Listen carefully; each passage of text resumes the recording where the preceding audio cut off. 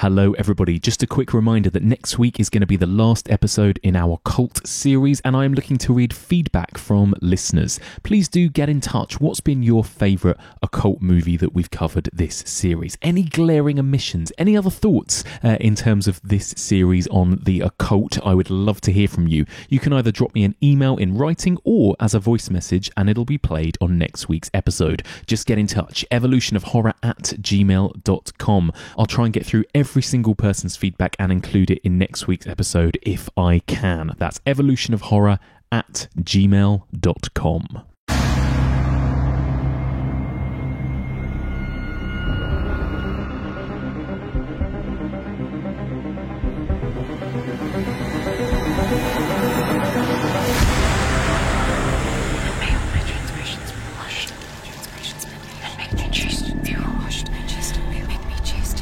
May my light be here now.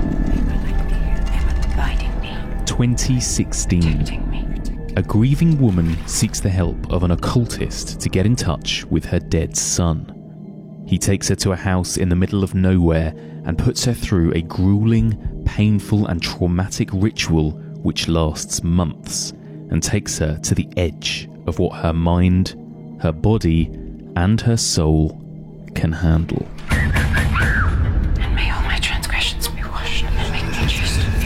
This is the price of our age. Embrace it. Don't fear it. May my light be here now, guiding me. No, don't cross the line! We'll be stuck here forever. Maybe we should stop. We can't stop! I need you to be driven! Protecting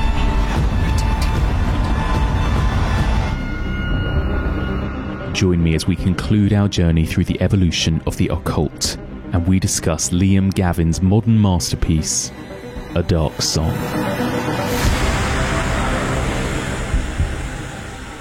Sorry, Mr. Solomon. Take off your jeans.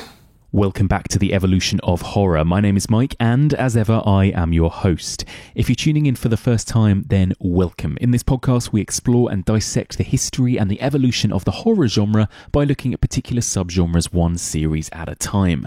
We are currently in the middle of exploring the evolution of the occult in horror cinema and this is part 21.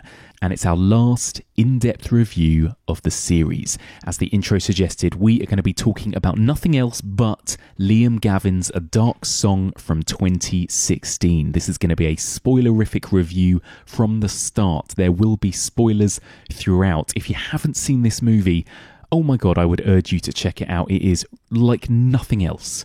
Go and watch it, then come back and listen to our discussion. Hope you're all keeping well out there. I am currently in isolation, podcasting from my bed. But, you know, what better time, I suppose, than to enjoy and indulge in a few podcasts. Speaking of, although we're coming to the end of our cult series, we are going to be bringing you constant Patreon content. In fact, I'm probably going to be bringing even more Patreon content than usual in the upcoming few weeks, just to kind of ease the boredom for people out there. So if you want to get involved, please do simply sign up now. Patreon.com/evolutionofhorror. For $5 per month, you will get regular bonus episodes. Okay, now we've got a very exciting episode planned this week. Later on in the episode, I'm going to be joined by Mike Lee Graham, and we're going to be discussing A Dark Song in depth. But first of all, I got the chance to sit down with none other than the writer and the director of A Dark Song. The brilliant Liam Gavin sat down and chatted to me about what it was like to make this film. Now, Liam Gavin is fast becoming a big name in horror. As well as directing a bunch of shorts, he then went on to do his first feature, A Dark Song, and off the back of that, he has since directed 2 episodes of Mike Flanagan's The Haunting of Bly Manor, which is going to be dropping on Netflix later this year. Those of you who know me know that The Haunting of Hill House, the first series, was pretty much my favourite TV show of all time, so I am very, very excited to see this upcoming new series, especially with somebody like Liam Gavin directing it. So I sat down to chat to Liam about Bly Manor and about all things A Dark Song. Here we go. Okay, I'm very excited to welcome to the podcast Liam Gavin. Hello, Liam. Hello. Hello. Thank you so much for being here. So I want to ask you a little bit about A Dark Song. We were just saying before we started recording, it seems to be a film that has in the past couple of years it's kind of grown and grown through word of mouth. Is that something that you've sort of actively noticed since the film got out there? The thing about word of mouth these days is you can watch it happen in real time. So and I mean, we had a very poor release in the UK. I was just saying, in America, it's much more known than it is over here. But it is slowly. Everyone who needs to have seen it seems to have seen it. Yes, so it's a funny thing. So. Let me start from the beginning then and ask you a little bit about what was the inspiration? How did this idea for this film sort of come about for you? Well, I mean, it's a sort of slightly utilitarian start in that I'd written scripts that I've kept for 10 years that nearly got made and nearly got made, things that would be fully financed and full. And I kept on writing a succession of cheaper scripts. So I got down to what I want to do it in one location. Yes. And what is an idea I can have with one location. And there's a famous kind of producing guru called Dove Simmons who says you get one location and you get 8 people and they cut each other up. Yes. So that's how to do it. But I did 2 people. Yes, perfect. So even better, even cheaper. so I think on these things, it's always, when you come up with these ideas, it's on a one location thing. It's got to be a really good reason why they have to go and a really good reason why they have to stay. It's and getting that tension going. Yeah. So, and I saw a documentary years ago about Aleister Crowley. Oh right, yeah. So, and this is the ritual that's in it is an actual ritual. Right. So, where you spend months doing invocations so you can see a guardian angel. So, yeah, it's pretty mental, right? Incredible. Yeah. Can I ask you, are you in any way a kind of superstitious or spiritual person? Do you believe in any of that stuff? I don't know. I was an atheist for a very long time, but I've now slid into Catholicism just through reading. Right, interesting. So I'm now that's what I consider myself. Yeah. So I don't really believe in. What I would put forward is Karl Popper put the world three worlds theory. Yeah. That there's a subjective world, there's the objective world, and then there is sort of the world we create, as in science and religion and whatever. And he says that's the real world. And I think the occult can fit into that. Yes. Do you know what I mean? Yes. That it is a real thing if you think of it in those terms. Yes. Do you know what I mean? Yeah. It's always fascinating, you hear through...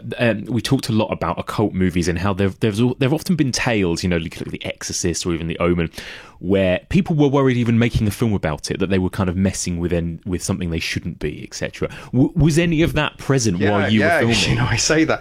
I went out of my way not to include any of the actual ritual. Interesting. It's all kind of like seen through a prism, if you know what I mean. Right. With my lovely person who was doing all the symbols. Yeah. Strict instructions not to use any proper sort of like. Oh wow! So that was actively kind of you were thinking about that. Yeah. Well, it's just one of those things. It is a sort of essentially, and I mean, I know this is a sort of somewhat of an ontological issue. It is a black magic kind of ceremony. It's a dark ceremony. Yeah. And you don't want that following you around. No. So I do have a healthy belief in it, I suppose. So that's really interesting. Do you think that's helped you in writing and creating this story too? I think so, because you are sort of like approaching it with a slight sort of like toe in the water kind of feeling. Yeah. Do you know what I mean? Yeah. So it gives you a respect for it. Absolutely. It takes it seriously, right? I would say your film very much takes these rituals and the occult seriously. Yeah, it does take it very seriously. Yeah. As I said, I saw also another documentary years and years ago about chaos magic. Right. And this is when I was about 15, 16. And they took it very seriously. And they would talk, this is where I got the sort of, that I understood that it was about transformations and inner states and sort of hardships and things like that. So, and what was it specifically? When you read a story like this one, and you know there's going to be a kind of shaman type of character, it's not necessarily maybe what you'd expect, the character that you've created here, and especially the way Steve Oren plays it. Tell me a little bit about the process in creating that character, because he's fascinating. What happens in years gone by? I mean, this is a kind of anti-occult film, and that it's sort of a pure occult film. Is they've been bored aristocrats who would kind of like be doing sort of, like Doctor Strange or something, or whoever, or Peter Cushing or someone like that.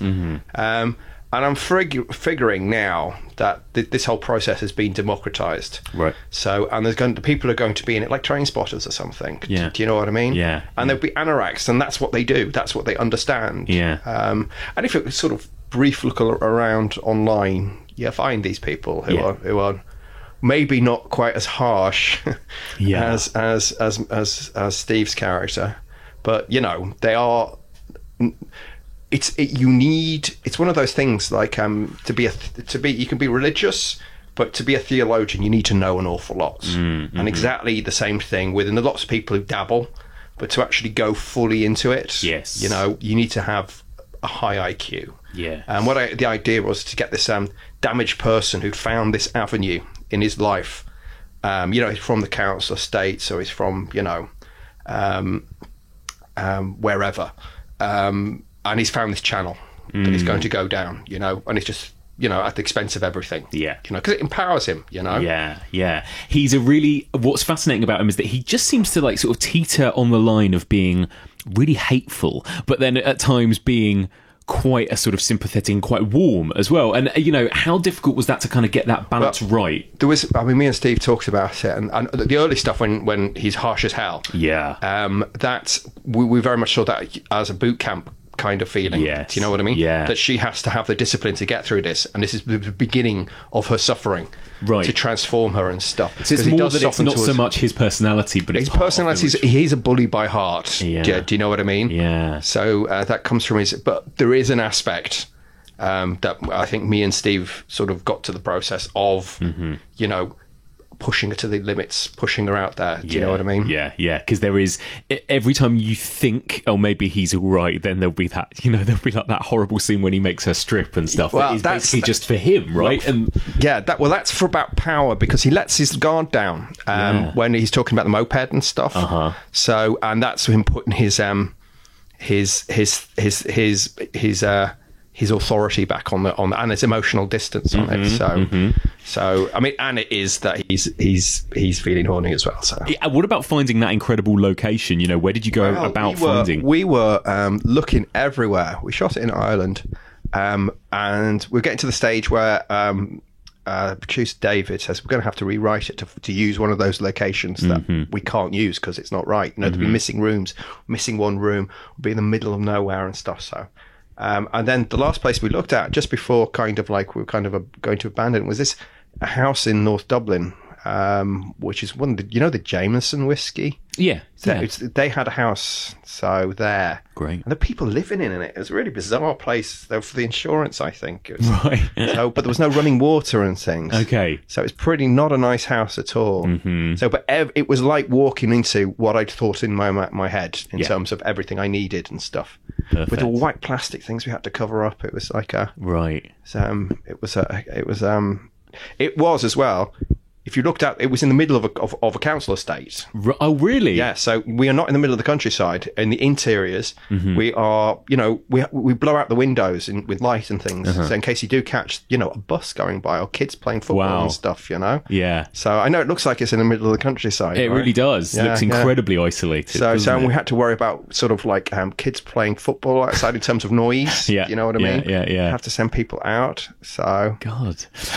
Tell me a bit about casting Steve Oram then, because again, he is somebody who I'm sure a lot of people going into this might know from things like Sightseers. He predominantly, I kind of associate him with comedy, I suppose, right? And again, were there any concerns for you in casting Steve as this role? Well, what happened was we had another person who then went off to do a television series and then sort of bailed after a long time. So that was, and then the Irish Film Board was suggesting people to us who were just kind of wrong. Right. So, and I was very much the idea that you should see him in a pub, You could imagine him on a bus. I don't want him to be, because they wanted someone quite sexy, I think. Right. So you know, like Clint Eastwood, sort of coming in, sort of spiritual Clint Eastwood or something. Yeah, it's not quite right. And bizarrely, Steve, I saw him on television on something. Thought, that's the sort of person that I want. Yeah. You know, that's the sort of person. And he appeared over a sort of like 3-day period on a TV about 4 or 5 times.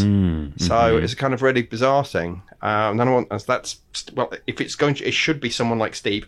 Why not make it Steve? Do you know what I mean? Yeah. So, and he's fantastic, you know? So good, good. And again, like we said, just the right amount of kind of humour, but also menace. There is a real menace, yeah. And was that something that you were kind of looking to do, you know, when making the film, that the way that the film does kind of balance a lot of tones all at once? Yeah. Well, it's one of those things that comes out in the rinse. Do you know what I mean? Yeah. So it's getting it's a combination of acting and you know, and writing and things like that. So it's your actors picking up on those nuances. Yes. You know. And you know, it's I suppose it's got sort of layers in it anyway. Do you know what I mean? So it's getting those out. Definitely. And both, I mean, Catherine and Steve did a great job. So, how long did you sort of spend with those two working on these characters and rehearsing, etc.? We only had 3 days. Wow. So, you know, because a lot relies on those two, right? It was 3 or 4 days. What I did was I built out a history of the characters. Then I sat down with the 2 of them, and we'd agree on their history, sort of like, you know, it'd be beats of their past. Then I sent them away for a day. They would both have a day apart. So, and they had to come back and then I would be God and they would be telling me their history. Oh, wow. So like, and it'd take a couple of hours for them to go through it, and it's absolutely riveting.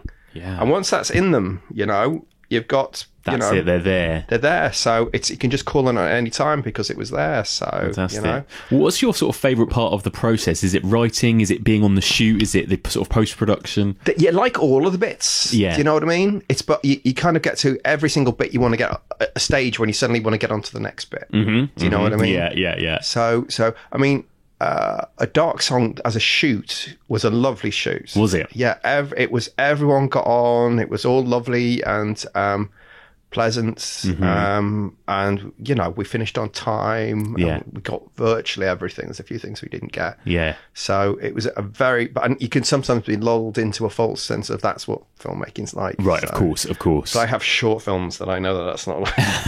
That's really interesting. And tell me a little bit about. I love, and I'm slightly biased here because I love the music and particularly the sound design in this film. And I actually know I've got a good friend who worked on the film, Jack Whitney, who was one of the my sound designers. Yeah. He does a lot of the music and things for this podcast. But tell me a little. I mean, the music is specific. You know, particularly is very different potentially to what you might get in a lot of horror films and occult films and that kind of thing. Tell me a little bit about some of the decisions you made there. Well, what happened was I put down a guide track, and it was fairly abstract kind of guide track.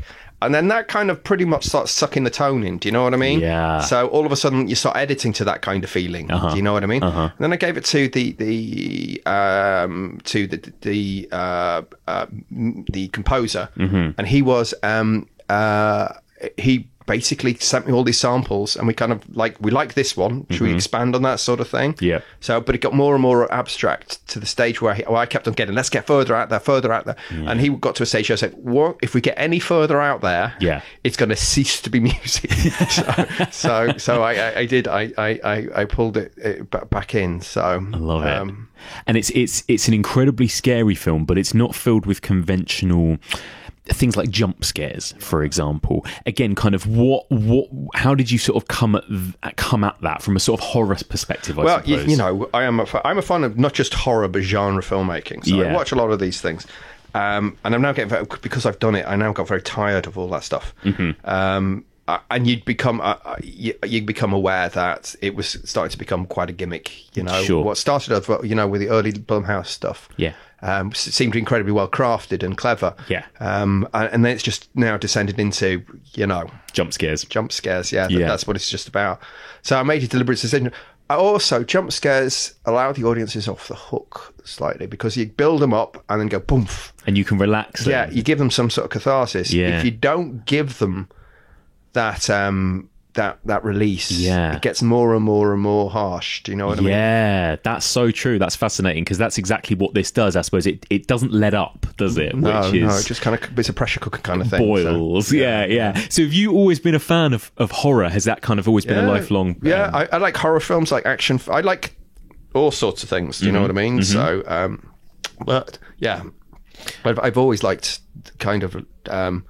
I don't have that kind of massive, kind of low quality threshold where you kind of watch films that were made for £30,000. Yeah, that's and I get a bit tired. I really like the early Sam Raimi stuff, but there's a kind of genre onto itself. Yes, that is kind of like just kind of that kind of evil. scuzzy. Yeah, sort of. yeah, that's right. Yeah, and that. See, the Japanese do quite a good job of that. Bizarrely, they do things like Tokyo Gore Police and things like that. Yeah, so, but I digress. I've now increasingly moved towards the more intelligent, cerebral stuff. So, you know, so did you draw on any particular filmic inspirations for A Dark Song? Was there anything you had in your head? No, that's a good question. Oh, I was very influenced by Japanese horror. Right, so there's an awful lot of that thrown in there.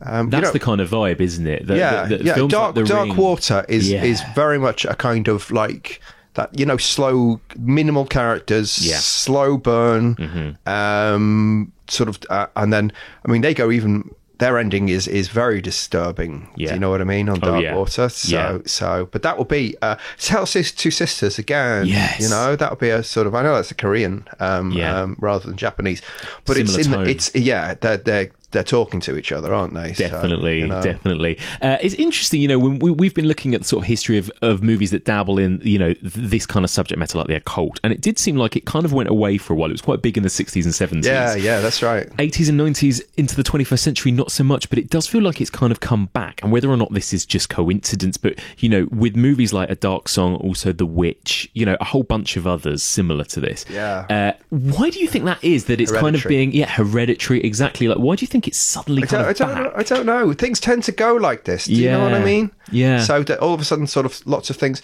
I noticed there were.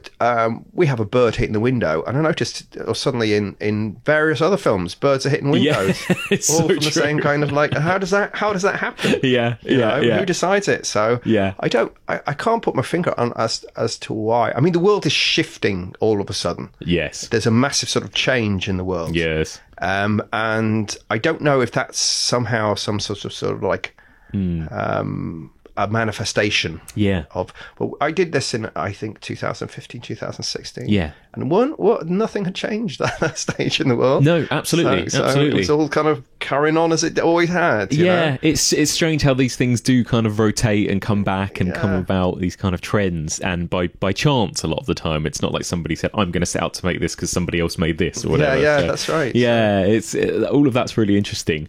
One of the reactions that I found from a lot of people is overwhelmingly positive for the film, but sometimes the ending is divisive. That's right, it does, yeah. Have you found that? Yeah, very much so. Yeah. And again, I just wanted to ask you a little bit about the decisions you made for that ending. Well, it's part of the problem. Well, for me, technically, it's perhaps if we'd had more money, we could have done it slightly better. Right. So, but that's kind of not. It doesn't seem to be the problem. Mm-hmm. It seems to be about the shift from a position of nihilism to a position of hope. So, and I think people, it's kind of unnerved people. Do you know what I mean? Yeah. So it's like I've taken them up down a path they weren't. Some people liked the fact they weren't expecting it. Yeah. So I'm very few people were expecting it, I've discovered. So I thought when I did it, that it seemed like the obvious thing to do. So, Yes, yeah, totally. But no, apparently not. It's really, and you know, everyone will have their own different reactions to it. I still find it incredibly creepy. Whether or not it's supposed to be hopeful, when you see that guardian angel in that room, I still find it incredibly unnerving, actually. Yeah. Maybe because I've already been on that journey by that point. You know? Yeah. It's I think people. I don't know why they don't. Yeah. It's just I suppose so much of the film as well isn't overtly supernatural in any way, right? It is more of a human drama until it's then not. Yeah, that's right. And very similar. Have you seen Hereditary? Because there was a very similar reaction to Hereditary. I found that a lot of people and to The Witch as well. Exactly, exactly the same, isn't it? Producing endings that polarizes. It's fascinating because they're these are a lot of the time horror fans, but are often disappointed when it goes into full genre at the end. These movies that until that point are kind of more human dramas. So yeah. I don't know. I don't really know why, but I know some people don't like it until the end. So it's a funny thing. So I'm not going to begrudge them that. Yeah, no, absolutely. For many people as well, it's got to be balanced out by it's the best bit about it. Do you know what I mean? So, totally. Yeah. Tell me a bit about that imagery and kind of how you dreamt up the way that these characters like the angel and just visually how that ending works. I started as a storyboard artist for a long time. Right. So the entire film's storyboarded. And I don't know why I thought the angel should be massive, but I thought that was something we could do. Oh, I know why. Because it's something you can do cheap. It's just do it blue screen, a green screen, and then you can just expand it up. You know what I mean? But people seem to think it's CGI, which it isn't. So I also did all the concept art for it. Right. Do you know what I mean? Yeah. And then I worked with a company in Ireland called Bowsy, and they sort of expanded those out. The angel is actually a Celtic angel, but they look in the actual, we got it's all Celtic symbols all over it and stuff, Yeah. With there's loads of carvings on the swords, but you don't really see it. So people tend to think it's Roman. Yes. I saw it's Gustav Klimt as well was an inspiration. Right. Yeah. So there's a painting by Gustav Klimt where they're wearing sort of gold chainmail, it's a helmet and things like that. So. But I can't remember the name of the painting. You'd think I would, right? I mean, it's a few years ago now. How is it? When you've done the film and it's out there in the world, do you revisit it ever? Do you know? I haven't. When you edit it, right? Yeah. And when you're doing, I can remember finishing it, which was the sound mix. And I was given. I was meant to be catching a plane back to the UK, and the guy in the studio says you can have one last look at it. Yeah. And if there's anything, right? Yeah. So I watched it for the first time, and I watched it then after the first couple of times on the festival circuit. Yeah. And I haven't watched it since. So because you see it a lot, of course. Yeah. So you must know it inside and out, I suppose, by that point. Yeah. Because it came in. I saw it. I think it was his UK premiere at London Film Festival, right? I think so. I believe it was probably here, in fact, at the BFI. Yeah, it was just in one of those cinemas. It was, wasn't it? Yeah. And how did you find that? Was the audience reaction what you would hoped? Well, you see, the thing is that you don't know what kind of audience you're going to get. Because to a certain extent, you've got to be with the Dark Song, to a kind of genre literate to understand what I've done and things like that. So I have no idea if people liked it, So because when we went to Fantastic Fest, that was a different kind of they're all genre literate. Do you know what I mean? It's a very different vibe, I suppose, at London Film Festival. Yeah. Isn't it? But I think lots of people saw it as a kind of like character driven kind of thing. It was.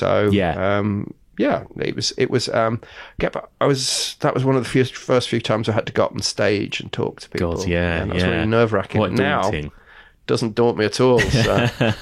I've got to ask you then, I'm sure you won't be able to tell me too much about this, but The Haunting of Hill House, you have directed. Is it one episode? 2 episodes. Two episodes of the new upcoming series, Bly Manor. Is that what it's? Bly Manor, yeah. What can you tell us about it, if anything? I can't tell probably much. I'm on a non-disclosure agreement. I've never signed one of those before. So it's like, what does that mean? I have to explain it to me. Exactly. I don't want to get you in trouble. But how was it? How was it being involved in a project as big as that? It was massive. So it's a big change from sort of like... and it was quite sort of, at first, you sort of intimidated. And you realise once you're actually doing it, you are speaking to the same people, as you would be on a really low, first assistant, your DP.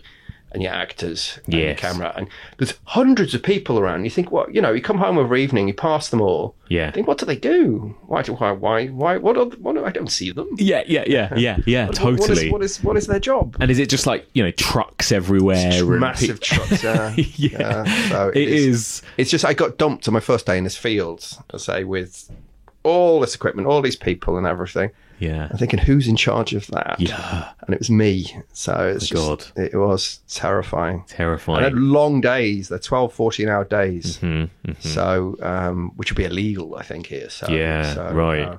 So the lungs, and I got a lung infection. So Oh, no. so I had to go on steroids and all sorts of things. So, Oh, my God. And I was trying to do this massive, great big thing. So That's incredible. How did it? Was it due to a dark song? yeah, it basically, was. that came about? Mike Flanagan. Flanagan had seen A Dark Song, and he wanted to just like give filmmakers, young filmmakers who he thought were worth the kind of like the time, a break. That's amazing. Do you know what I mean? So, Yeah. So we did high-end television. So, and it was kind of like massive. Yeah. So, they're all finished now. I've done my episodes. I've edited them and everything. Fantastic.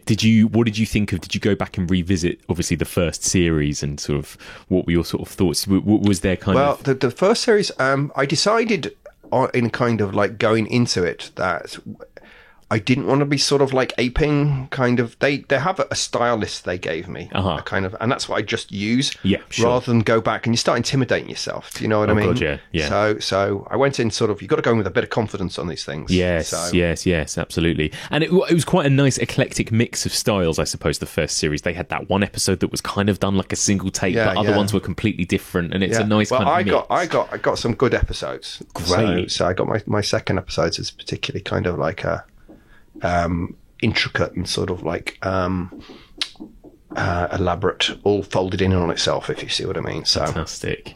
And what's next for you then? Are you staying in the horror genre? Would you like to stay in the horror genre?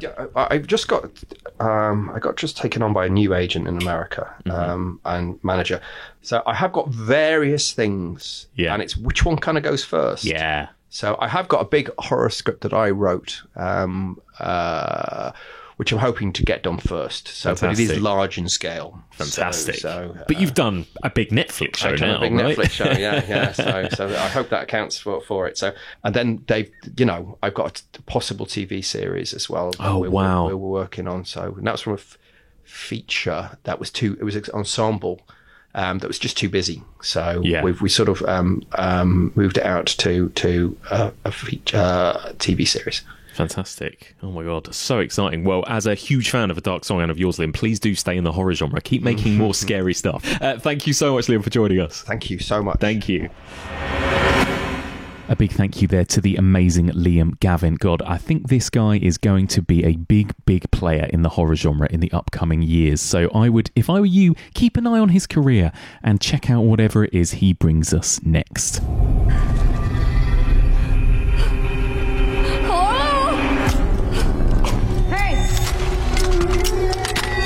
What is happening? What is all of this? Did you see that article? Every year, these liberal elites kidnap a bunch of normal folks like us and hunt us for sport.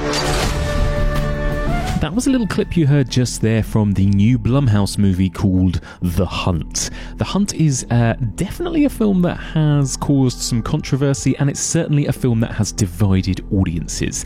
I saw it last week with a friend of the pod, Becky Dark, and even we had very, very different opinions on the film. If you want to hear what we both thought of The Hunt, then you can head on over to Patreon right now, patreon.com/evolution of horror. If you sign up to our Patreon and donate $5 per month, you will get access to that as well as a whole back catalogue of other bonus episodes. Last week I was also joined by friend of the pod Louise Blaine, who ran through some of the best and worst movies that she saw at Glasgow Fright Fest 2020. So there's some really hot recommendations in there. So if you want to get access to this and a whole bunch of other episodes and get sent an Evolution of Horror sticker if you're UK based, then sign up now. That's patreon.com/evolution of horror.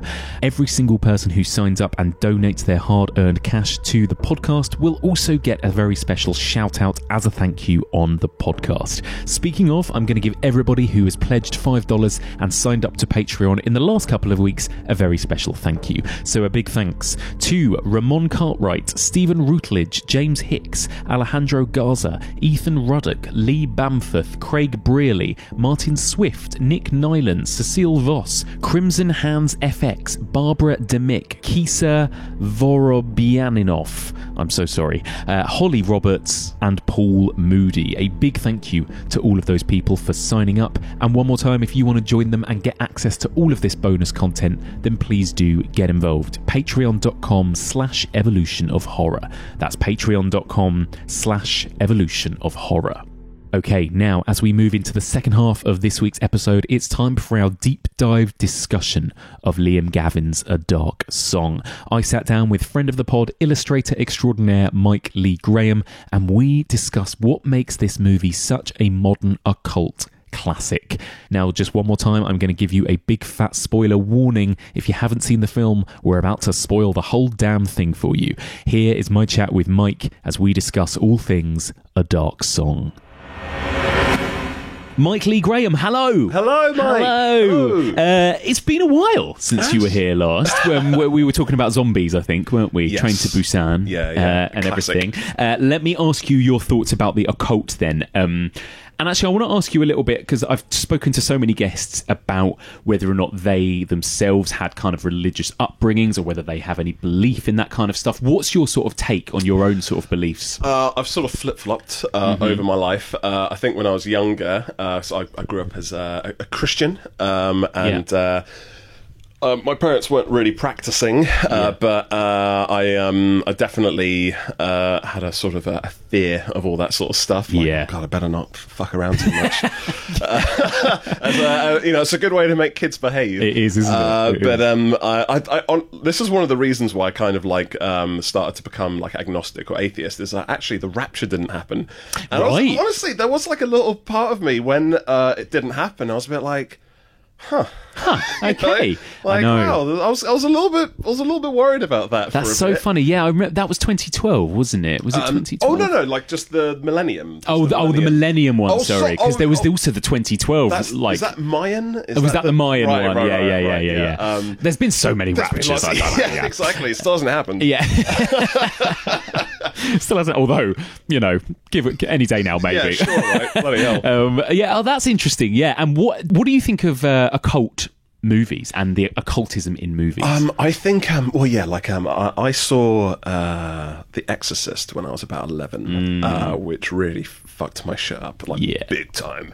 And I went to quite a religious school, and I had the fear in me of like kind of not eternal damnation necessarily, but I definitely was feared a lot of that stuff, and as a result, I think that I really gravitated towards occult kind of films and things like that, because kind of it's like something kind of primal about the fear. Like one of my favorite types of like horror is like fear of the unknown. Right. So I love like cosmic horror, H.P. Lovecraft stuff, basically. Yes. So that kind of stuff really, it sets something off in me, and I find it really fascinating. Yes. As well. So it works on a number of in a number of ways for me. Yeah. But, I love the occult. I love occult movies. I know. What is it about it that makes them scary and frightening? I think it feels a little bit dangerous. Yeah. Sometimes. Yeah. I think that's a bit... to go back to The Exorcist again. So my brother and I recorded it on VHS, and the day after I threw the VHS away... I love it! I taped over it, and then I threw it away. That is brilliant. It really, really freaked me out. I think I spent like a little bit of time when I was like 12, because I was around the same age as like Reagan in that film. I was like, fucking hell, am I going to get fucking possessed? Wrap the tape in, lock it in leads and bury it. But also at the same time, I didn't start praying anymore or anything like that. I just sort of walked around a little bit like, ugh, fucking hell. Yeah, I think that's what it is, isn't it? Like even this film, and I've just heard from Liam Gavin about this, that there's this idea that maybe you're messing with something you shouldn't be, which you don't get with any other subgenre of horror. Like nobody's scared by watching a slasher film that a slasher's going to come out and get them, or a ghost movie, and yet somehow with a cult, it's almost like even watching a film about it, are we doing something we shouldn't be, kind of thing. There is just that little, so like I guess I'd say I'm agnostic.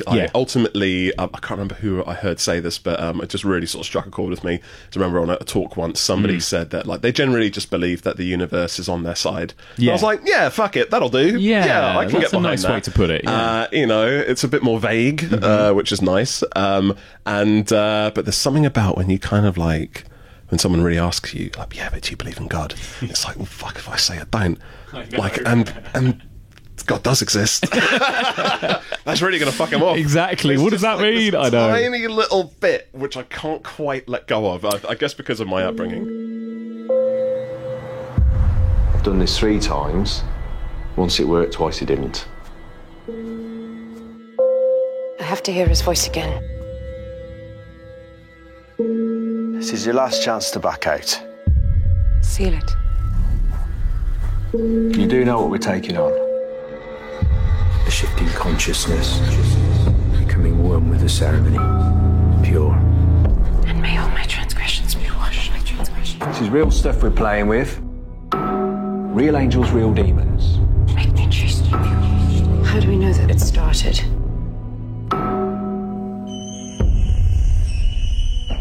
You'll see it soon enough. May my light be here now. May protecting me.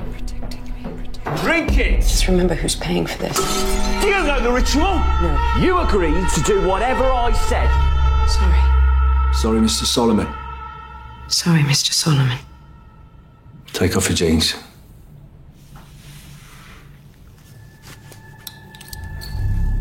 And may all my transgressions be washed. And make me chaste. Pure. Washed and chaste. Make me chaste. Pure. May my light be here now. Mike, first of all, tell me, what is the story of A Dark Song? Okay. So 2 characters mainly, Sophia and Joseph. And Sophia has enlisted the help of occultist Joseph to help her, I guess, with a ritual to seek vengeance for her child's death at the hands of other occultists. What happens is they have to go into a house and lock themselves away for, I suppose, months on end. And, poor Sophia is subjected to just a bunch of horrible rituals to summon her guardian angel. And occult fuckery ensues. My God, it's fucking amazing. It's amazing, and I think it is. Occult is so broad, and like we've done witch films, we've done devilly films, we've done whatever you call movies like The Devils and Lords of Chaos. They're not even supernatural. There's so many different types of occult movies you can cover, but this to me feels like one of the most pure movies about the occult that you can possibly get, right? Yeah. This is like, if I was to show somebody an occult movie, this is what I'd show them, like, to describe what a cult is. It's like checked all the boxes. It does. Yeah. It does. It's so pure. Yeah. What do you think of the film? I know that you're gonna. I don't want to spoil my answer for this at the end of the episode, because I know you're probably going to ask me what my favourite cult film is. Right. But I think this might be it. Excellent.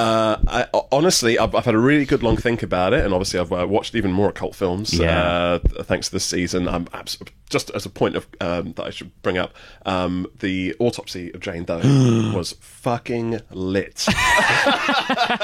I fucking love that film. It scared the shit out of me. Wow. Yeah. Right. So, sorry. Back to the film we're actually discussing. Sorry, A Dark Song.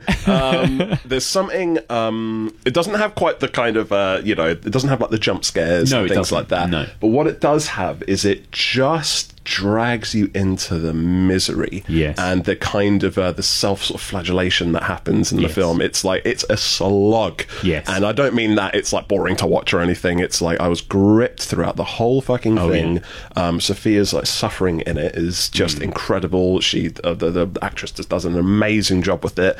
Joseph is just an awful flawed character, but it was great to just when these people are enjoying themselves, like enjoying their company sometimes, it's just kind of like, oh, this is nice for a little bit. It's like whenever there was some little glimmer of niceness, it was like, oh, can we just please stay here just for a little bit, then it just drags you back down into the mud. It does what the best horror films do, which is it teeters to the edge of what I can handle, and then it pulls it back and gives you a bit of hope each time. Like, yeah, you're right. I think Steve Orum's character, Joseph, is so horrible, and like you said before we started recording, he's almost like the ultimate kind of incel type man, right? But he is... There are moments where he's more human and moments where he's more sympathetic, and every time you think, I can't watch him put this woman through anymore, then there'll be a little moment of catharsis, or a little moment of humour, or a little moment of humanity, and it balances that line. Like it sort of tiptoes along that line all the way through, I think, between being really scary and nasty and sadistic, and being really kind of warm and human as well at the same time. Well, that's the and you know, I know some people still have a difficult time when I explain to them why I like horror films. Yeah. And one of the things that I think maybe this is why I like Mike Flanagan so much as a director, is because he manages to find some sweetness. Yes. In like all of the darkness and the mess, and like The Haunting of Hill House, for instance. Yeah, like amazing. Some of the emotional moments in that series were just so strong, because you're kind of, it's almost like watching like a pendulum swing, and you just kind of, it's like, fuck, oh, it's all like sweet now all of a sudden, and it's like, oh, isn't that nice? Well, it's so funny, because I think it's, you know, people have, you know, maybe a lot of non-horror fans have the perception that horror fans are all psychopaths. Right. But it's actually, I think it's the polar opposite. I think horror fans have more empathy. And that's why we like horror, because we are involved in that character's plight and that character's fear. When a horror film is done well, it's because you're feeling what those characters on screen are feeling, which is like dread and fear and terror.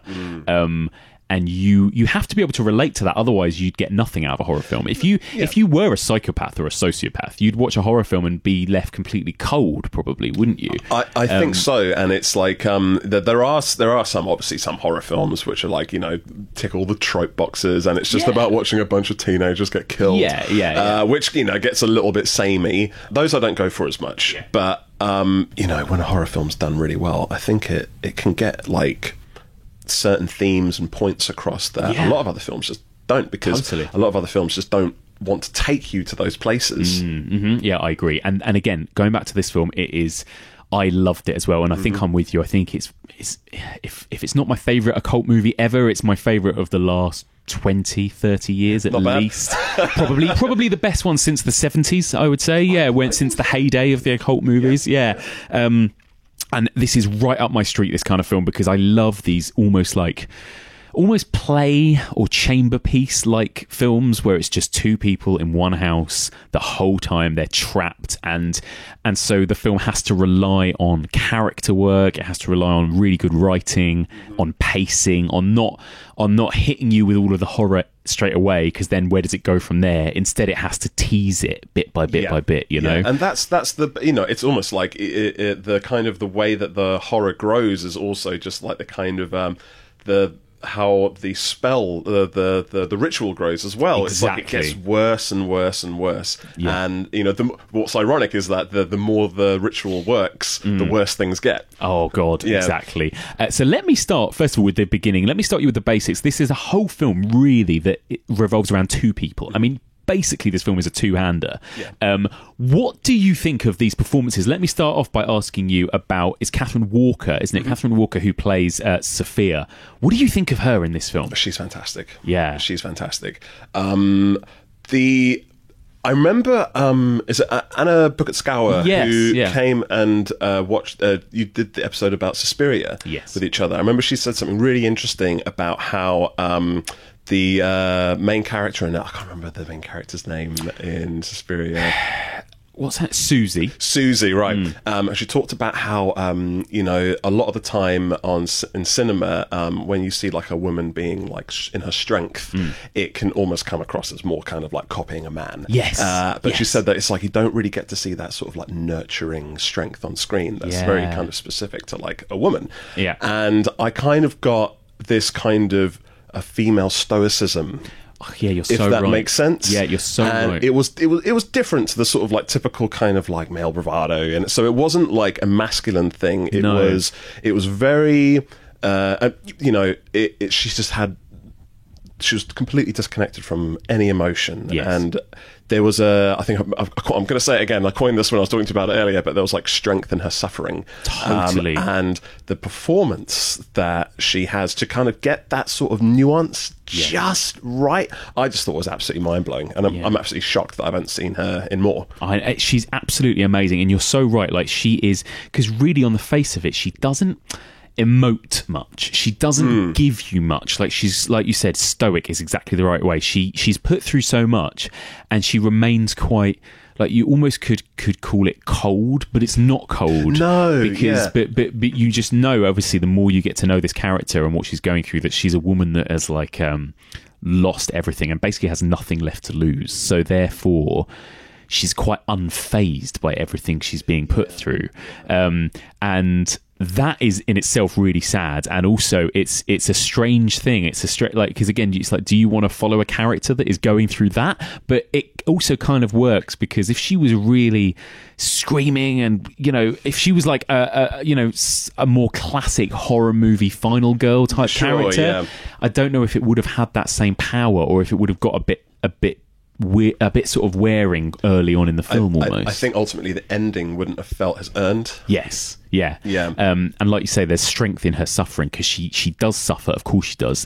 but she really is determined to keep going and keep going and keep going. The other sort of like performance that I can sort of think of that reminds me of like the trajectory is Florence Pugh in Midsommar, where it's just like you get to see them just having a fucking rough time for like hours and hours, and then, you know, obviously we'll get into the ending, but then there's just this wonderful switch come out the other side of it. You know, like there's much more male examples of it. Like, look at one of them. This one is the first one that comes to my head for some reason, but look at Andy Dufresne in The Shawshank Redemption, and it is literally a film of this stoic, quite unemotional guy being put through torture and pain and suffering, and, you know, over and over again for years, and then finally kind of literally coming out on the other side at the end. That's like the ultimate sort of cinematic example of that journey, sort of thing. And there's something similar to that. She goes on this kind of spiritual journey, and she has that, and it is British as well, we should say, and she does have that like British stiff upper lip about her in a way, doesn't she? I wouldn't want to run into her like a tube. and even though some of the stuff that he puts her through is really nasty and leery and horrible, she kind of keeps her, and this is like, I think, a testament to the film as well as her, that it keeps her dignity the whole way through. That's you know? It's she's. There's moments where there's kind of doubt in what she's doing, but like her, the strength that she has, like, and the not vision, but the kind of goal she has is like unwavering. It's like, I'm fucking doing this. And really, it's Joseph who is the one that's a bit like, fucking hell, what the fuck is going on? You know? He's unpredictable and aggressive. He's very unpredictable. So let's talk. On the flip side, then we've got Steve Oram. What do you? I mean, we've mentioned already, this character is a fucking evil sadist in some ways.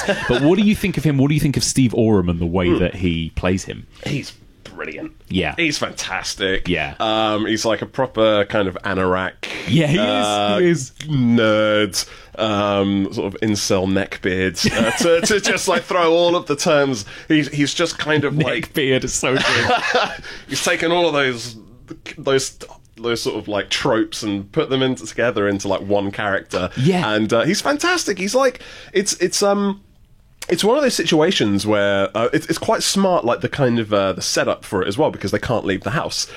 She needs him to help do this ritual, and it's like, he's just, in any other situation it would be like, well, you're a fucking lunatic and I hate you, so I'm going to just leave the house, bye-bye. Exactly. But she really, really, really needs him to do this ritual, and it's amazing, the slow kind of swapping of the sort of power dynamic was just fantastic. It's really satisfying as well. But just as you really start to dislike the guy, obviously, and he does one thing in particular where there's like supposed to be like a sort of a sexual component of the ritual, and then Joseph takes advantage of Sophia sexually. Even in that moment, you're like, you hate the guy, but because she's so strong, she manages to kind of it's not the same, like, even the playing field a little bit, but she takes a massive piss in his soup or something, which isn't quite the same, I suppose. But it's quite satisfying. It is, yeah. It's like, she's like, all right, you fuckhead.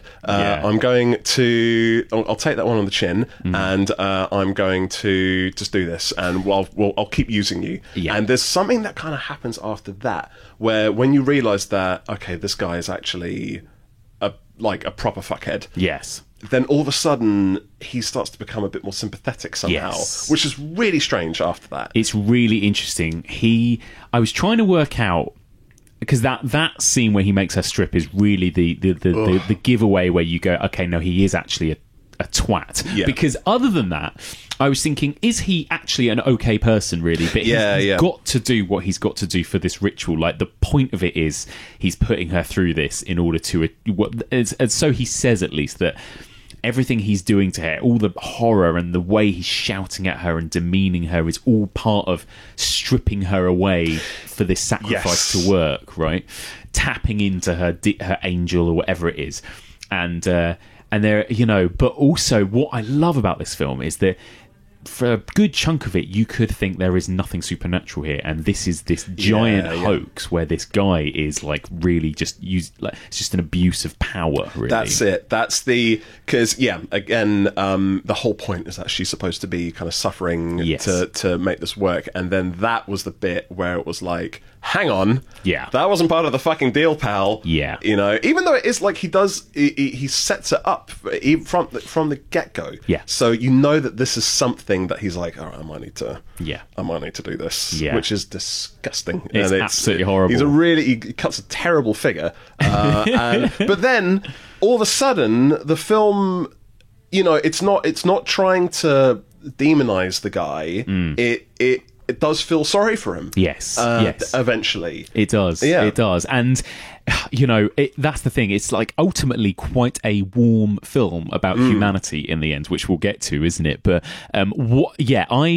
I love all of those elements about it. And what about the way that the actual occult is portrayed in this as well? Because I know nothing about occult magic or rituals, but it feels to me, from my perception, that this feels like one of the most authentic and realistic portrayals of an occult ritual. Because in so many films, it's like, okay, paint a pentagram on the floor, chant in some Latin, and something happens instantly. And it's like, well, if it was that easy, everyone would do it for everything. And it's like, no. And this film kind of posits that, like, no, if you really want to do this, it is work. Like, you've got to pay this amount of money, you've got to give everything of yourself to it, you've got to suffer. Otherwise everyone would do it. Well, that's it. Yeah. One of the things that I love the most about this film, even when I heard like the premise for it, is you could see this scene in like a lot of films. Yes. Where it's like, right, well, we now need to conjure the spirit, or we need to get in touch with the demon, and we're going to do like this little spell. Yeah. But this is like, no. That's not how it works. It's not that easy. That's kids' business. Exactly. Okay, you want to get a fucking guardian angel to kill someone? Yeah. This is how you do it. And it's a bit like what is it? Like, it's Aleister Crowley who, because like he famously locked himself away for like days to try and summon like a demon or something. Or, that's what they say. That's what they'll tell you. Yeah. Well, that's it. And there is so much of this that taps into all of the different themes that we've talked about throughout this series, because one of those elements is, of course, that at the center of these like occult groups, there is always some dude that's in charge that usually takes advantage of people. There is always some element of, quote unquote sex magic. And it's usually somebody like Aleister Crowley or whoever it might be that is. Well, I think that's kind of I guess when you look at the character of Joseph in this, you can kind of assume that outside of the occult stuff, he probably doesn't have a lot going for him. Oh, definitely. So spends a lot of time on the internet. I bet. 100%. Yeah, I'm pretty sure I've had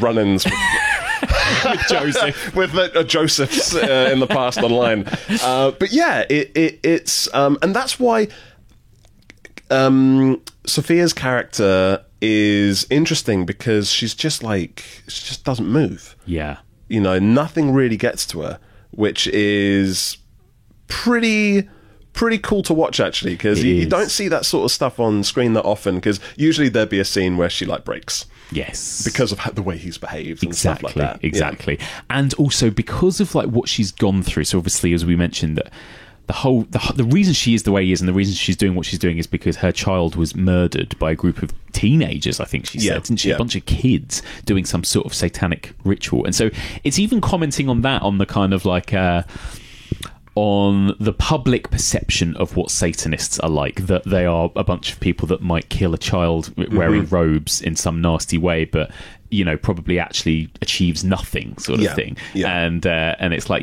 that perception of Satanism and the occult exists, and people do stupid things, and now we're going to actually show you what it is for real at the same time. It really felt like that. And I know that the director, Liam Gavin, said that he purposefully went out of his way to not actually make proper symbols, proper rituals and symbols. Exactly. Yeah. And I kind of get that, because the films feel so authentic. Yes. And just like I absolutely love like world building and lore in movies. It really gets me going. And there's that whole sequence where Joseph is taking us through the kind of the ritual itself and what's going to happen, and just that is just amazing. And the way to see the set kind of change as well, with all like the little paintings and things like that, and all the scribbles and the books and things like that. That sort of stuff is just it was done so well, and it made me like believe that this was like, and it's, I guess, going back to that kind of feeling of like the occult feeling a bit unsafe even when you're watching it. It like there was this sensation of like, oh god, this all looks a bit bloody accurate. It's amazing. It's like fascinating what Liam Gavin was saying, that he deliberately kind of avoided using real ritualistic symbols. He didn't want to mess with any of this stuff. There was that element of it that he really did believe in. And obviously what he was telling me that, back in the day he wasn't a believer, and then through kind of reading and researching, he now considers himself a Catholic. So I think that's fascinating how this whole process has changed his own beliefs and changed the way he looks at things. I can see why. I mean, being working on a film like this, you have to imagine that he's on that set for like months on end. I'm not sure how long it took to make, but I mean, there's so much like creativity in there. Like I have to imagine it was a while. And I think a long time in him just being in that story too, even just writing it. Yeah. No, I agree. And like it's a real spiritual journey as well, isn't it? That's the thing. It's not just about messing with stuff that you shouldn't, but it's also about like, there's this like finding hope or faith at the end of the story as well, isn't there? So you mean when things start to, you realise that you're not just watching a guy fuck with a woman. Yeah, exactly. When you realise like, oh fuck, it's actually happening. There's actually some stuff going on here. That's what's brilliant as well, because of the way it's paced. It's amazing that you can feel as excited as you do, or as I did, by when things start to happen. There's that first moment when he's like, it's working, the ritual's working, like something's happening. They start to see things or hear things. How do you think Liam Gavin does at directing that, at like slowly building that supernatural horror? Well, that's where like the craft comes in, doesn't it? That's when like that's like, I suppose that's that kind of like the hours in the editing suite, just figuring out like, all right, when are we actually putting the first bit in though? When they do, what I love about it is the first thing that we see that is actually, I suppose there's like maybe a little knock on the door. Like, the little toy from the kid kind of gets moved a little bit, but you don't really see anything. That could be Joseph doing that. He could be fucking with her. And even, I suppose, but I guess the first instance of it is when like the gold flakes come down in the room just out of nowhere. And that's that. And it was nice that it was like a nice thing. Yes. Yeah. It wasn't a creepy a person popping out from the dark. No, exactly, because you'd be like, fuck this. No, totally. What I find really interesting as well that Liam Gavin said in the interview was that he thinks that jump scares are too kind to an audience, because they give you that scare, but then they give you a chance to relax. Like when a jump scare has happened, it's like, there's almost this release afterwards. And he was like, I didn't want a release. I wanted it to just build and build and build and build. Well done, sir. You did a good job. Yeah, because like to ask the basic question, like, did you find this film scary? Fuck yes. Oh my god. Yeah. Fuck. Yeah. It has, I keep on talking about the sort of trajectory of other films and things like that, but for me, this did what Wreck did for me, where it's just kind of like maybe Hereditary as well, where it's kind of, yep, this is a slug, this is a, oh fuck, oh no, it's like a smooth, solid upward gradient, isn't it? It's wonderful. It just goes for it. Like in the last 10 minutes, it just absolutely goes for it. And also, I love the designs of the creatures and the demons and things like that. I'm not even sure if I can even say the demons in it, but the kind of figure in the smoking, the sort of dark figure smoking, and you can never fucking make out what is that, a mask on its face? It's like what is it? What the fuck is it saying? And it's just done so bloody well. And I want to see a prequel. I want to know more about that figure. And obviously when it all kind of kicks off at the end and she's dragged into some sort of a Silent Hill, Jacob's Ladder, it's very like that nightmare world. It just was.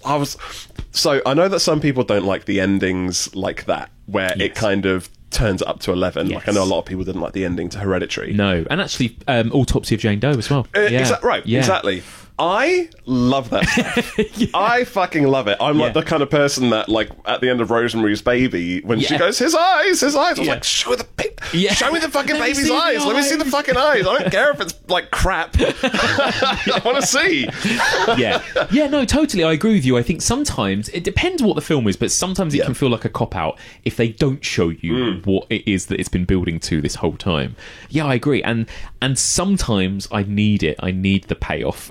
Sometimes just for a cathartic feeling as well. Exactly. But what was odd about this film was that what you end up seeing is so weird that it kind of makes me feel even more creeped out. Like we'll get to this, but the actual shot of the angel, I find really fucking scary for some reason. It's so weird. But until then, like those little moments early on, I love. Like you said, the person or demon or angel or whatever it is that sat in the armchair in the corner of the room. I don't even know what it is. Scary shit.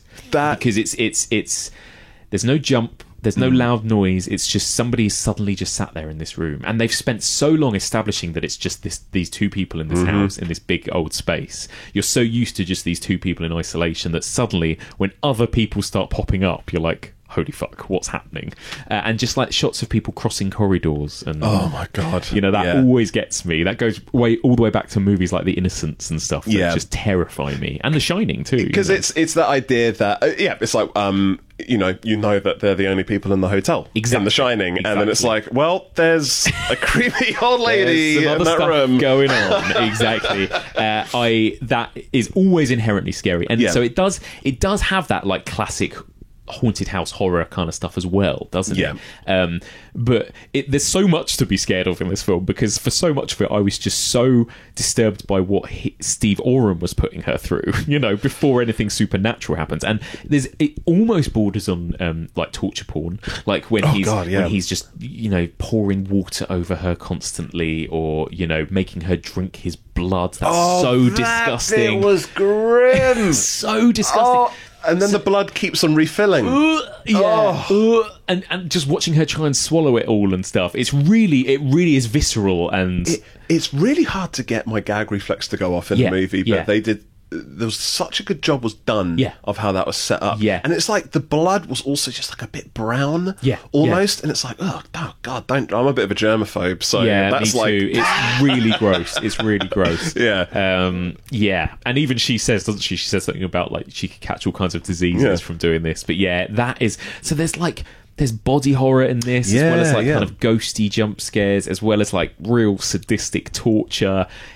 It kind of manages to throw everything in there, doesn't it? In a seamless way. It does. And it's like none of it's tropey. No, at all. Not at all. It seems to be like a fresh take, and also like a kind of a reserved take on everything. It's like, even when we talk about like the blood in the glass, it's like, I've seen blood in films all over the fucking place. Like, why is that setting me off, And it's just like the acting in it was so well done. And I really believe that Sophia's the actress's gag reflex was getting set off, because whatever that was probably didn't taste nice either. Absolutely horrendous. Absolutely horrendous.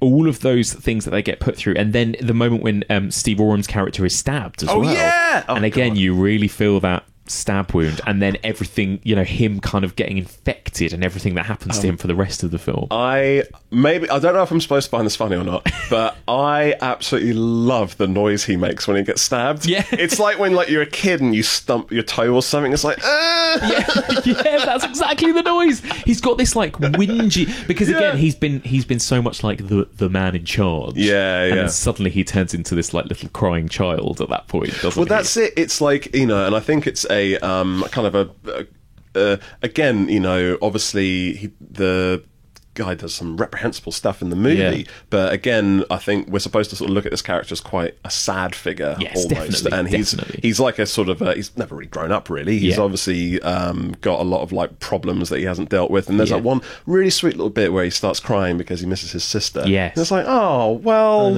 I know. Obviously don't do these things. You fucking jerk. But yeah, that's sad. Yeah, I know. It's like he really is like very well drawn. Like he feels very real. And Steve Oram is such a good naturalistic performer, because obviously like I know him so well from Sightseers, and there's that kind of Ben Wheatley style of acting where everyone feels like they're not even acting or reading from a script. It feels like normal conversation, and it's kind of the same in this film. That's what when you've just got two actors on screen for the duration. I mean, the more natural you can come across, the better. And honestly, at no point does anything feel forced or anything like that. And when you've got that much screen time, you probably pick up on these things a bit more, but they were just fucking great. Yeah. They were terrific. Really both great. Of them. Yeah. I've got to ask you, because my very good friend Jack Whitney, who composes the music to this podcast, did the sound design for A Dark Song. We've talked about this. What do you think of the sound design in A Dark Song? Because I think it's fucking good, and I'm not just saying that. I fucking love it. Yeah. It's fucking amazing. The voices behind the doors and things like that. Oh my God, it's so good. Yeah, the sound design is absolutely fantastic in this. Oh my God. It's because actually a lot of the horror is sound dependent. Yeah. Of course, as like with most horror films, but it really is, because actually a lot of the time you're not seeing anything, you're just hearing stuff. Yeah. And it is fucking creepy. It's just real subtle stuff. Yeah. Real subtle stuff. And again, it's like the child's voice behind the door. That moment when there's that, it's that element of temptation. And actually, like I was saying to you before we started recording, it feels like in the way that so much of the best occult stuff does, it's like a kind of reverse of something biblical or something Catholic or Christian. And this almost feels like a kind of Christ, Passion of the Christ story. Definitely, but in an occult way. So this woman suffering, and that she kind of suffers, and that she has to go through the whole thing 3 times, and then she almost gives into certain demons or angels come along and try and tempt her, and the way that she has to basically sacrifice everything, and then there's almost like a sort of spiritual resurrection at the end or something, right? It's almost this kind of coming out the other side. Watching it, I never... Again, this is a testament to how well, like, the script and the way it's directed and things like that. At no point did I kind of think that, oh, yeah, all right, there's a redemption story. Yeah, all right, fine. It's just, I get it, she's got to suffer. And then it just comes out of, what I love the most about it is that you just think, oh no, it's all gone to fucking shit. Yeah. This fella's dead. Oh God. She doesn't know the ritual well enough. Yeah. Oh fuck. Oh God, she's getting dragged down into fucking. Yeah. She's fucked. Had a fucking spirit finger. Oh, that's the thing. The finger that was cut off was her spirit finger. Yeah. Like the ring finger. So that was that was something I noticed second time round, and it was like, right, well, that's it. She's fucked. And then it's that last little. And what I love about it is it's kind of to really get something out of it, fuck the ritual, you just gotta want it. Yeah. And that's the amazing thing about it, is like she just obviously has like a literal, like, almost come to Jesus moment. Yeah. And she was like, fuck this. Yeah. I'm going to the light. Yeah, literally this kind of epiphany, isn't it? It's such a classic kind of story, oldest story in the book, really. Yeah. It's done in such an original way.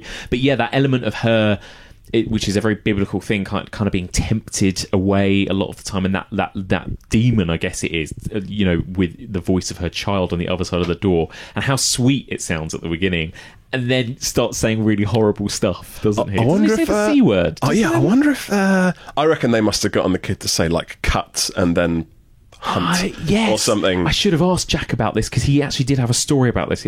I think he said that it was like another one of the editors, like just toddler, was doing the, and they were just trying to get him to say these different sentences in the sound booth. But yeah, right. Surely they probably didn't get him to say the word cunt. You can't get a no fucking 5 or 6 year old to say cunt, surely. Hello there, this is Mike here from a different timeline, Mike from the future, to interrupt the conversation momentarily, because off the back of what me and Mike were discussing just then about whether or not the sound designers and the producers of A Dark Song actually got a child to swear on Mike, I actually asked my friend Jack Whitney, who, again, as I mentioned, composes all the music for this podcast and did the sound design for A Dark Song. I dropped him a little message and I said, how did you get that little boy to say the word cunt? And he said, of course, he didn't actually get them to say it. Jack dropped me a message and says, we doctored it. We got him to say cunning and stunt and hunt. He said it was a really funny session as the child, called Daniel, was very excitable, and for all of his lines of dialogue, he read them with a big cheeky grin on his face, which really kind of took away the horror for those guys behind the scenes, I think. So there you go. I just wanted to interrupt with that little tidbit of trivia from Jack. Thank you very much, Jack. Okay, let's return to the discussion. So let me ask you about that final act then. Like, we've touched upon it already, but when it goes batshit, demons and angels and all of this other stuff, like you say, there's definitely, and Liam Gavin has spoken about this as well, that a lot of people really are put off by that ending. They really don't like it. Maybe because it shows its budget restraints a bit, I don't know, or maybe just because it goes so earnestly supernatural. I'm not sure. I don't think it shows its budget restraints at all. One thing I would have actually been interested. One question I do have, I suppose, for Liam Gavin is, like, if you had more of a budget, what would you have done? Yeah, but yeah. I don't think that there was any. I didn't see that at all personally. Yeah. Because it's shot so well that if there is any stuff that Liam was a bit like, oh god, I hope this doesn't fucking show up in the background. Yeah, like it all gets missed, you know. And like the designs of the monsters are just. It's like, what the fuck am I looking at? It's like something out of Hellraiser or something. It's I think like first time round, especially, I was just so shocked by what I was seeing. Yeah. But also at the same time, like I've mentioned, I appreciate that I want to see stuff like this. So there's a little kid in me that's a bit like, I agree. Fucking Clive Barker shit. Well, let's do it. Exactly. I agree. And actually, it kind of feels earned by then. I'm so like by that point in the film, I believe in it. Like, I'm like, okay, this ritual is real. It's happening. They're getting closer and closer and closer, and you want her to succeed. So if she's going to succeed, we have to see all of this freaky shit happen. Yeah. And that's the thing. It's like you kind of want it, but you are scared of it at the same time. Well, maybe I think I see this sort of happen quite a lot, actually. Because to bring up Hereditary again, a lot of people had a problem with the ending to Hereditary. Yeah. And I think it's almost like a bit of a gamble that a filmmaker has to make, that if you do know that you want it to be definitely like supernatural, or anything like that, but at the same time, it works so much better if the rest of the film isn't like that. Yeah. But because when it does work, when you kind of like pull off that plaster and you just let it all fucking fly out, all the madness, when it works, it is, I just think, amazing. And it's just, the impact is incredible. Absolutely. If he'd have tried sowing the seeds of this too early, it would have been too early. I think. Agreed. Yeah. And we talked about this with we talked about Parasite recently on Patreon, and it's that same idea where it can put you in a really uncomfortable place, but a really exciting place when you don't even know what the genre is you're watching. And there's something about these movies, occult movies, where sometimes you don't know whether what you're about to see is genuinely supernatural or if it's not going to be. And I guess that's the point of it. It's whether or not you have the faith in it or you don't, I suppose. And this film kind of, it does obviously then very earnestly say, no, this is all real at the end. And for some people that was just off-putting. I don't get me wrong, if there had been a version of this film where when she leaves, she just leaves, and she realises, like, oh my god, I've been fucking hoodwinked by this fucking loser, and maybe she could have found some sort of catharsis that way. That also, I think, would have been a really interesting film, for sure. But it doesn't mean one's better and one's worse. No, and actually, there are actually plenty of other readings if you wanted to read it a certain way, that maybe at some point in the film she did die, and that the rest of it is in her head when it starts going really... Because it's almost so over the top, that moment at the end with the angel in the room. It's like, could she be imagining this or something, by that point, because she's been tortured and put through it so much, she could have completely just lost it by this point, Who knows? Definitely. Yeah. I don't know what it is they do with that angel figure that really freaks me out. It's something about the size of him as well. It's so big and it's so brightly lit, but there's something I find really uncanny and creepy about it. It's one of the things that sort of struck me is I kind of eye roll a little bit when I see like the classical kind of designs of like angels and the heaven being like almost like some sort of like mythological Greek, all these like harps. Exactly. Yeah. Like, and it kind of goes with that sort of a look, but it's almost a bit Lord of the Ringsy, almost. It's just like it's just the image of this figure that is so like, what the fuck? Yeah. And it doesn't overstay its welcome or anything like that. And also the again, to go back to the sound design, the voice, where it's like this weird, like if you had bass, going up, we're like fucking shaking the room or something. I just loved everything about that, like the little smirk when, I mean, like in a way, it's the thing that I remember the most from that scene anyway isn't the angel, it's Sophia when she smiles. Because you realise, she's not actually really smiled genuinely throughout this whole film. And it's like, and again, that gets into like how good of an acting job was done. Is it was just like looking right into the fucking camera, no silly angles or anything like that, just this bright light on her face, covered in fucking muck and blood and stuff. And it's just, all of a sudden, it's like, she's obviously a really beautiful actress, but she just like, it's like ethereal. Yeah, her literally beauty, all angelic. Of a sudden, she's exactly. Just like, oh my God, this woman is like an image. Yeah. She's a vision. And just that was, it was like, that's pretty, it's like spiritual stuff, It's transcendent, isn't it? Yes, that's it. Yeah, it is. It's like... and so many, a lot of films that have that kind of an ending in different ways, but this one really works for me. And it's such a, and going back to what we were saying about growing up Christian or Catholic or whatever, it's such a Christian ending. And maybe this is another thing that some people are off put by, but it's basically ultimately what she achieves is the power to forgive. She forgives the murderers of her child, really, and that's the journey she's been on, is to embrace God, I guess, and learn to forgive. Like that is, and it's like unabashedly uncynical, I suppose, isn't it? Which is really unusual. But I think that's so wonderful. Because I get why people would be a bit eye-rolly. Yeah, exactly. But you know what? You gotta... I think maybe there's a bit too much cynicism, especially in horror films. Yeah. There's room for a cathartic ending. There's room for an ending like this. And it suits this story. Like, that is 100%. That's ultimately the journey she's going on. That, like, she thinks she wants revenge, but then through growth, she realizes she just needs to forgive and move on, I guess. And like that could be any like grief story told in any number of genres or ways. It's just he chose to tell it in an occult horror film way, which is fucking great, Yeah. What's like a film that does do that, where there's nothing. There's no happy endings here. Yeah. There's no fucking...